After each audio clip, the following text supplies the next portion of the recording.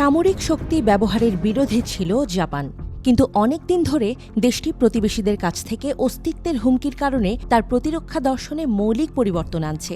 Taiwan যদি চীনের অংশ হয়েই যায়, তাহলে দ্বীপটিকে জাপানের অর্থনৈতিক ও সামরিক স্বার্থের বিরুদ্ধে ব্যবহার করতে পারে চীন, এমনটাই আশঙ্কা জাপানের। এছাড়া উত্তর কোরিয়ার নিয়মিত মিসাইল পরীক্ষা দেশটির জন্য ভীতিকর হয়ে উঠেছে। রাশিয়ার হামলার ব্যাপারেও জাপানের আশঙ্কা আজ ইউক্রেনে, আগামীকাল পূর্ব এশিয়ায় হতে পারে।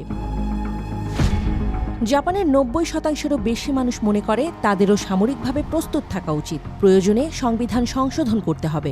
দেশটি তার প্রতিরক্ষা ব্যয়কে ২০২৭ সালের মধ্যে $২৭৯ বিলিয়ন উন্নীত করতে চাচ্ছে।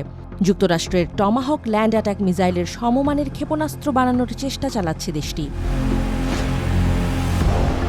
ডিফেন্স বিল্ডিং প্রোগ্রামের আওতায় ২০০০ কিলোমিটার রেঞ্জের অ্যান্টিশিপ ক্রুজ মিসাইল তৈরির প্রজেক্ট শুরু করেছে জাপান। দেশটির প্রতিরক্ষা মন্ত্রণালয় এই সংক্রান্ত প্রেস বিজ্ঞপ্তির সঙ্গে মিসাইলের ডিজাইনও প্রকাশ করেছে। সেখানে দেখা যায় ডাবল সেন্সর আর মডিউলার ওয়ারহেড যুক্ত এয়ার ব্রিদিং মিসাইল বানাতে চলেছে দেশটি। এক জোড়া পপ আউট উইং সহ এর পেছনে থাকবে ৪টি টেইল ফিন বা স্ট্যাবিলাইজার। এসব সারফেস টু শিপ মিসাইল প্রজেক্টের আওতায় হাইপারসনিক মিসাইলও তৈরি করবে দেশটি। কাজটি পেতে যাচ্ছে কাওয়াসাকি হেভি ইন্ডাস্ট্রিজ। এর জন্য গবেষণা বাবদি $২৫৭ মিলিয়ন বাজেট রেখেছে জাপান। এসব সমরাস্ত্র দেশটিকে শত্রু জাহাজ আক্রমণ করতে সক্ষম করে তুলবে। দেশটি গ্রাউন্ড সেলফ ডিফেন্স ফোর্সের type 12 surface two sheep guided মিসাইলের রেঞ্জ বাড়ানোর পরিকল্পনা করছে আরও আগে থেকেই।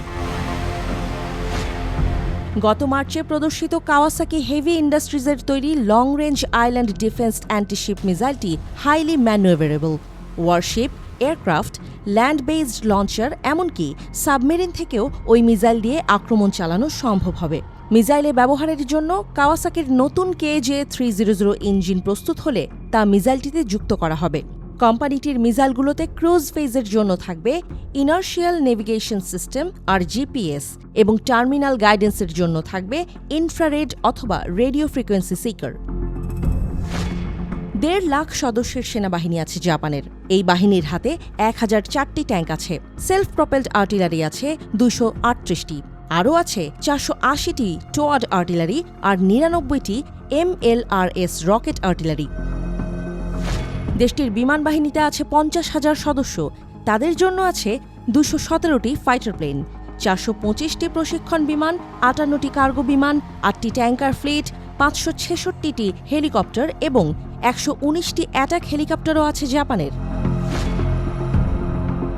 জাপানের নৌবাহিনীতে ৫১,০০০ সদস্য আছে। তাদের হাতে আছে ৩৬টি ডেস্ট্রয়ার, ২১টি সাবমেরিন, ২২টি মাইন ওয়ারফেয়ারও আছে। আরও আছে ৪টি হেলিকপ্টার ক্যারিয়ার, ৬টি করভেট আর ৪টি ফ্রিগেট। কোস্টাল ডিফেন্সের জন্য টাইপ 12 সারফেস টু শিপ মিসাইলের রেঞ্জ বাড়াতে চাইছে দেশটি। চীন যদি তাইওয়ান আক্রমণ করে, তাহলে দেশটিকে প্রতিহত করতে একটি যৌথ অপারেশন প্ল্যান তৈরি করেছে জাপানি এবং মার্কিন সামরিক বাহিনী। তাহলে কি সূর্যোদয়ের দেশ জাপান শান্তিপ্রিয় অবস্থান থেকে সরে আসছে? যদিও জাপান এখনও বলতে চায় যে তার সেনাবাহিনী আগ্রাসী নয়, বরং প্রতিরোধমূলক কার্যক্রমের জন্যই গঠিত।